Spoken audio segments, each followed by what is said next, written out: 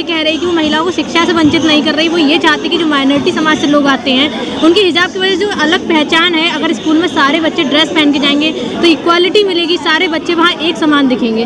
आपको एक बच्ची पानी भरने गई थी और उसके साथ बलात्कार हुआ, उसकी हत्या की गई और पुलिस ने कंप्लेंट तक दर्ज नहीं करी। ऐसे असंख्य मामले होते हैं देश भर में। हिजाब का अभी जो मामला हुआ है कर्नाटका में, हमको पता है कि देश की जो माइनॉरिटी कम्युनिटी से जो मुस्लिम औरतें आ रही हैं उनमें से लगभग 22% महिलाएं जो हैं वो शिक्षा से बाहर रहती हैं। पर सरकार क्या कर रही है, ये पूरा का पूरा जो ये सांप्रदायिक की बात कर रहे हैं, जैसे हिजाब का मामला आया तो आप क्या कहती हैं कि हिजाब के लिए अगर सरकार ने बोला उन्होंने पाबंदियां नहीं लगाई तो आप कहती हैं स्कूल में बच्चे हिजाब पहन के जाएंगे? जी मैं कह रही हूँ क्योंकि आप लोग नहीं, रुकिए मैं बताती हूँ। मुद्दा ये है कि आप लोगों ने इस मामले को शिक्षा के अधिकार से भटका के हिजाब के अधिकार का मामला बना दिया है और ये मुद्दा ये नहीं है।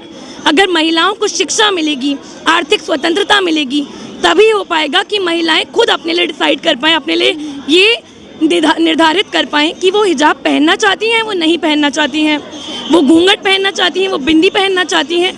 क्योंकि हमें ये मानना होगा कि पहले हमें महिलाओं को शिक्षा के अंदर लाना है, उन्हें शिक्षा देनी है, शिक्षा को उन तक पहुंचाना है।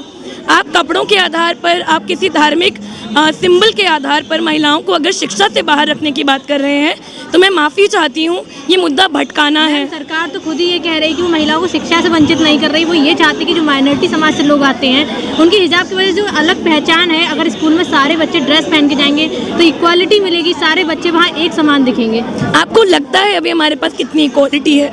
आपको ये भी पता है कि जब ये मामला आया तो वो लड़कियां, अगर इतना आसान होता एक समुदाय के लिए, महिलाओं के लिए बाहर आना, किसी प्रथा से जो बहुत समानों से चलती आ रही है, जो हिजाब वो पहनती हैं, उनके घर वाले मना करें, उनके रास्ते में बहुत सारी बाधाएं आएंगी। पर इसको सांप्रदायिक, शिक्षा को सांप्रदायिक बनाने का एक ये बहुत ही छिछला नमूना है। क्योंकि मैंने पहले भी कहा कि आप लोग इसे फिर वही बना रहे हैं, हिजाब का अधिकारी, शिक्षा के अधिकार की बात है।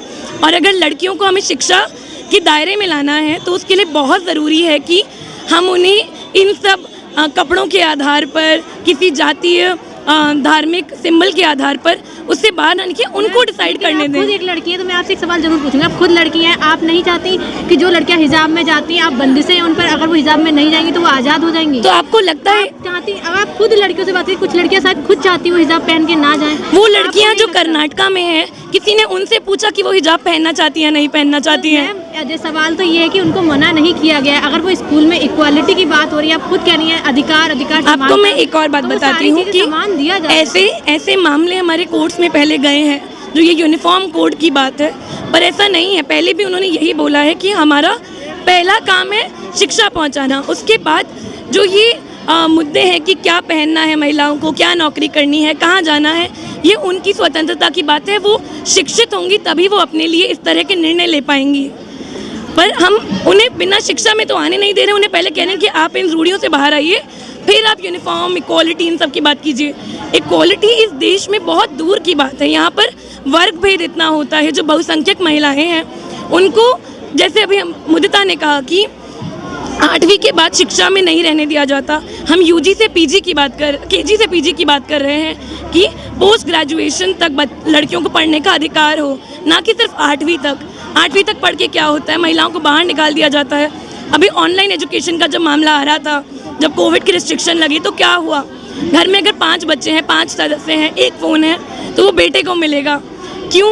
क्योंकि लड़कियों को अक्सर शिक्षा से पहले धकेल दिया जाता है। हाशिए से जो समुदाय आ रहा है उनको बाहर धकेला जा रहा है, और जो माइनॉरिटी कम्युनिटी है, अल्पसंख्यक लोग हैं, इनको बाहर धकेला जाने की ज़्यादा कोशिश है। क्योंकि ये एक तरीके का सांप्रदायिक तरीका है जिससे एक समुदाय की, जो मुस्लिम समुदाय की महिलाएं हैं जो पहले से ही शिक्षा से बाहर है, एक बहुत सिग्निफिकेंट नंबर में 22%, उनको और बाहर कर दिया जाए। और इससे हम इस देश में दिखा रहे हैं कि हम कितना महिला विरोधी हैं, हम कितना मुस्लिम। पढ़ाई की बात है, हमें शिक्षा चाहिए तो हमें उसमें ड्रेस तो मैटर करती नहीं। अगर वो कह रहे हैं हमें शिक्षा के लिए लड़ना, हमें शिक्षा चाहिए, हमें पढ़ना है, तो हम किसी भी ड्रेस में जा। हम कौन होते हैं किसी और के लिए निर्धारित करने वाले? हमें अगर तो हम देखो, ना आप होती ना हम होते, लेकिन आपको सवाल ये है कि फातिमा शेख का नाम सुना होगा, सावित्री बाई का नाम सुना होगा। आपको क्या लगता है कि एक दिन में ऐसे बदलाव आ जाते हैं? नहीं आते हैं। देश में कई ऐसी लड़कियां हैं गांव देहात में जो घूंघट में और पर्दे में रहने के चक्कर से स्कूल तक नहीं जा पाती हैं। तो ये सर ढकने के साथ अगर उनको स्कूल तक पहुंचने का मौका मिल रहा है और हम कहें कि अगर सर ढक के स्कूल नहीं आओगे तो ऐसा हो सकता है कि वो लड़कियां दोबारा उन बंद दरवाज़ों के पीछे चली जाएं, क्योंकि चाहे उस हिजाब के साथ, चाहे उस घूंघट के साथ, चाहे उस बिंदी के साथ अगर वो आ पा रही हैं तो हमारे लिए क्या ज़्यादा ज़रूरी है, ये यूनिफॉर्म की इक्वालिटी या लड़कियों की शिक्षा? आप बताइए आपके लिए क्या ज़रूरी है? मेरे लिए मतलब ये है कि शिक्षा जरूरी था, फिर शिक्षा कैसे भी ना हो। वही तो हमारा भी यही मुद्दा है कि हम हिजाब के नाम पर उन लड़कियों को, घूंघट के नाम पर उन लड़कियों को दरवाजे के पीछे। सरकार तो खुद ही यही कह रही है कि भाई वो स्कूल में भी पहन के आ सकती हैं। ये कब कह रही हैं? उन दोनों का ये कहना है कि स्कूल में पहन के आ सकती है, लेकिन क्लासरूम में नहीं बैठ सकती हैं। तो ये क्या बात हुई? स्कूल का मतलब क्या है? क्लासरूम के बाहर कोई स्कूल होता है? आप मुझे ये बताइए। आज़ादी हर जगह है, हमारे आर्टिकल 19 में है, हम बात मानते हैं, लेकिन मैम आप किसी संस्थान से जुड़ जाते हैं तो आपको वहाँ के नियम कानून मानने पड़ते हैं। तो अगर आप आज़ादी की बात करें तो आप नहीं मानते कि नियम कानून मानने चाहिए सरकार के? मैं सरकार के नियम कानून बहुत समय से चले आ रहे हैं। और आपको क्या लगता है ये नियम कानून इक्वालिटी लाने के लिए है या भेदभाव लाने के लिए है? और आप इस बात को कितनी बार भी घुमाएं, मेरा बात नहीं बदलेगी कि ये भेदभाव करने का प्रक्रिया है। इस भेदभाव में हम चाह रहे हैं कि ये महिलाएं हैं, जो मुस्लिम समुदाय की महिलाएं हैं, वो शिक्षा से और बाहर धकेल दी जाए। और जो ये भगवाकरण चल रहा है अभी देश का, जो आपको, चलिए आप हिजाब की बात छोड़िए, कर्नाटक में जो सैफरन रंग के स्कार्फ पहन के लड़कियों को हैकल करा गया, लड़कियों को परेशान किया गया और मीडिया वाले उनके पीछे भागे, उनके जो पर्सनल नंबर थे वो बाहर निकाल दिए गए पब्लिक में। क्या ये हरासमेंट नहीं है लड़कियों का? अगर ये सरकार इतनी शिक्षा चाहती तो क्या ये कड़ी कार्रवाई नहीं करती इन सब एक्शंस के विरोध में? पर नहीं हुई कोई कार्रवाई। क्यों नहीं हुई? क्योंकि ये एक बहुत ही सोचा समझा तरीका है, एक बहुत सोची समझी रणनीति है महिलाओं को शिक्षा से बाहर निकालने की, बाहर धकेलने की। और ये एक पर्टिकुलर तरह की महिलाएं हैं, ये एक उस प्रकार की महिलाएं हैं जो दबे कुचले अल्पसंख्यक समुदाय से आती हैं, जो हाशिए से आती हैं, अर्बन स्कूल्स में, जहाँ पे आप आपकी आर्थिक स्थिति ठीक है, आप सशक्त हैं, आपके पास अपनी एक आवाज़ है, तब आप अपने लिए एक निर्णय ले सकते हैं। अगर मैं इंडिपेंडेंट हूँ, जैसे आपको पता होगा कि लड़कियां हैं, लड़कियों पर अक्सर ऐसा देखा जाता है कि उन पे आने जाना, पहनना, जीवन में क्या करना है, इसको लेकर चीज़ें थोपी जाती हैं। इसे कैसे नहीं थोपा जाएगा? अगर लड़कियां शिक्षित होंगी और आर्थिक तरीके से स्वतंत्र हो पाएंगी, तो हम उनको शिक्षित और आर्थिक रूप से स्वतंत्र होने देंगे, तभी ये वाली इक्वालिटी आएगी कि कौन क्या अपनी इच्छा से पहन पा रहा है।